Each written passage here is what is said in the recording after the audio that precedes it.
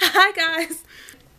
Hubby was going through and he was reading the comments that we got on our temptation vlog, and I kind of wanted to just elaborate on that and just tell you guys what it is that I meant in that vlog. I didn't want to go into it too much because y'all know I could talk for a long time, but I definitely wanted to touch base on it because I didn't want people to think that I thought that the movie, or I didn't care for the movie as much because of the issues. I definitely feel like it's important to talk about issues that are affecting the community and also affecting the younger generation that some people may not realize. I think it's important for attention to be brought to these type of situations, but such as HIV and domestic violence, abuse, and things like that, I definitely think that attention should be brought to these issues so that hopefully people can be more informed and know that regardless of your age or your race or your status in life, how many partners you've had or anything, you can be affected by these things. My issue with the movie was the fact that I was left with so many questions that were unanswered, and usually when you see a movie, it's great for it to provoke dialogue, but you also want to feel like you know what happened in the movie. Now, for me, I think the things that I didn't care for, and if you have not seen Temptation, please stop it here if you don't want a spoiler alert, or if you don't want to know what happened in the movie. Stop this vlog right here and don't watch it, because I'm definitely going to be talking about what happened in the movie.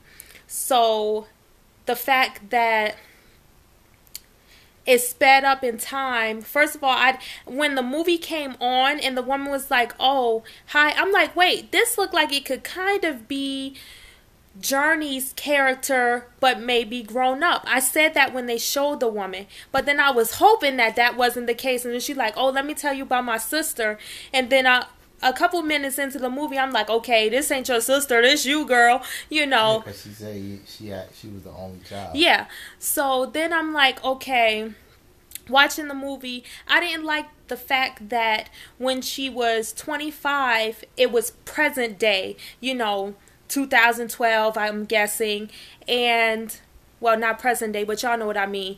The cars were up to date, everything, fashion was up to date, but then in the end, it's like speed up to 30 years or some odd years, and it's looking like it's back in the 70s or something. Like, Lance Gross looked so freaking old. Like, he had the gray afro going on. He had everything. But Brandy did not age any.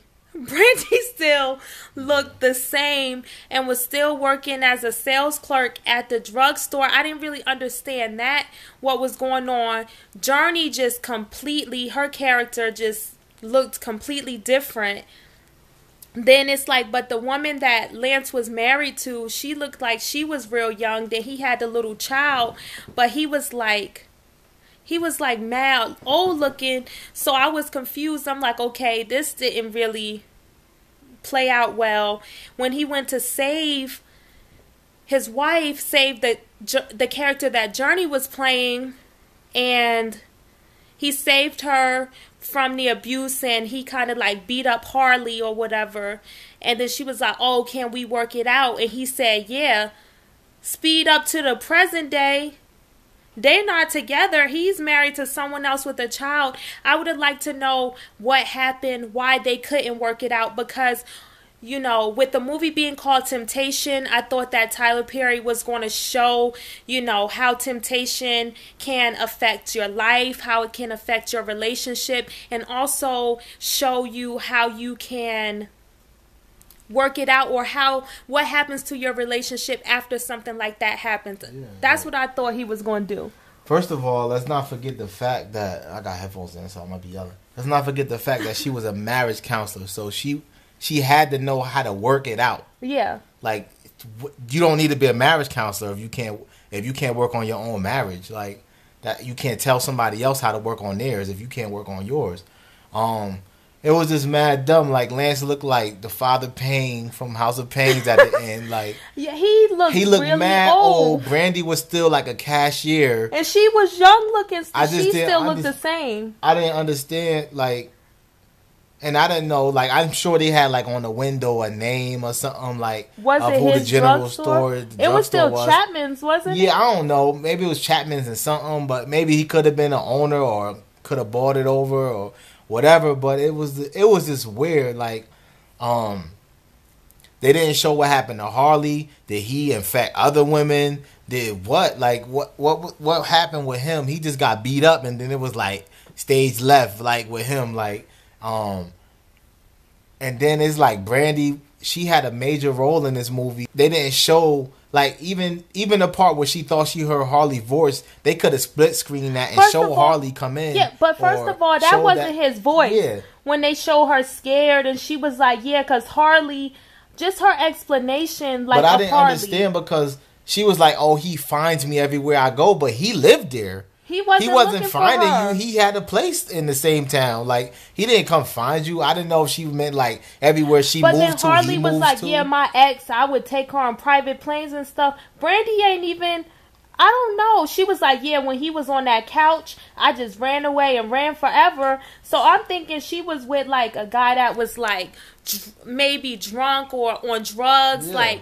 You know, no job. And I know you shouldn't judge. I'm not saying I was judging. I was just the picture she painted. You know, when you hear something, you think, I thought she was painting a picture of a man that was completely opposite from what Harley was. What happened to Harley? What happened to Harley? Like, infecting women with HIV knowingly, yeah, it's a crime to do that and not let people know. There's just too much in that video, but all the comments, it seemed like it's 50-50, really. Like, people loved it, loved the message. Yes, we're saying it was realistic. It was realistic, what is it, point of views, I would say, Tyler Perry, but it was just all wrapped in one, and I know you can go through that at one time. One couple can go through all of that, but it was just, for a 2-hour movie, it was just, that movie needed to be like 5 hours, really, to explain it all, like, you know, they make Ali and all the movies was like 3-4 hours, you know. Yeah. He could have let that go for a little bit longer, like to explain, and we see the after effects of everybody, but I'm done. Yeah. So, yeah, like I just feel like it just was left unfinished because there was no explanation as to why it didn't work out for, you know, I can't remember the characters' names. Who? Judith and what was Bryce? Who? Her husband, Lance Gross. Yeah, something. Bryce, I think it was. Why it didn't work out for them? You know, when she said, "Oh, can we work it out?" and he said, "Yeah." Him knowing everything that had gone down and everything, like Tyler didn't show why they couldn't make it work after her falling for temptation. So it's just like I'm just kind of confused because I thought that was going to be the point of the movie. Like I thought he was going to show why, you know, of course we knew that she was going to be doing some stuff from the previews and everything like that. So just not showing why it didn't work out and everything like that. I'm just kind of confused. I think that wasn't the right way to end the movie. It was great to show different points of views and show how, you know, people think the grass is green on the other side. A lot of people are saying the 80-20, you know, rule in the comments or whatever. But yeah, you know, sometimes people think the grass is going to be greener on the other side, and then they realize that, you know, it's fake, is everything that glitters isn't gold or whatever. So I think that was a good way of showing it. She was introduced to a lifestyle that she wasn't accustomed to. She was sick of, you know, struggling or feeling like her man wasn't doing what she wanted him to do when you leave him to go for something different, that, oh, he's just saying he's going to give you the world and everything's going to be perfect. Then she starts using drugs and, you know, she contracts HIV. So yeah, the camera battery died, so I'm not sure where I even left off. But yeah, those were my issues with the movie. I feel like the storyline was kind of left open-ended, and it really didn't explain what happened with the couple and why they couldn't make it work. It just seemed like drama. Oh, now we just not going to tell you what happened. I just didn't really care for that. And like I was saying, we all know about the 80-20 rule that Tyler Perry displays and talks about in his movies a lot of the time. We all know about that, where you think the grass is greener on the other side, and more than likely it's really not.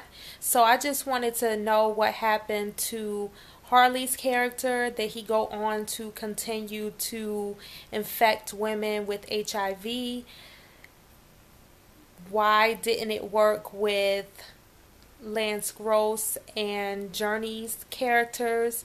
Why it ended up not working out for them? And kind of just knowing what happened in their lives during those years. Like, I know that more things had to have happened. So that was my only issue with the movie. I just feel like it was more so about the drama and the shock value rather than telling a story. And I love movies that tell a story and they also show a resolution. It doesn't always have to be a happy ending. I'm fine with movies that don't have a happy ending, because shoot, life sometimes doesn't have a happy ending, or situations happen in life where they don't go the way we wanted them to go. But I just would have liked more of an explanation or showing, what happened after the fall into temptation and everything like that. So that was all I wanted to talk about as hubby and I were reading the comments for that video. You can definitely continue to comment and weigh in down below this video. We always love to hear what everyone has to say. Again, everyone's opinion is welcome, even if it differs from our opinions or differs from others. Just make sure to just respect one another. We don't want anybody, getting into arguments or cursing each other out or nothing like that crazy. So, you have anything to say, honey? No? Hubby is editing away. So, yeah, we hope that you guys enjoyed this video and enjoyed the vlogs. Thank you again for your support, and we hope you all have a good night. Would you like to send your salutations, honey? Good night.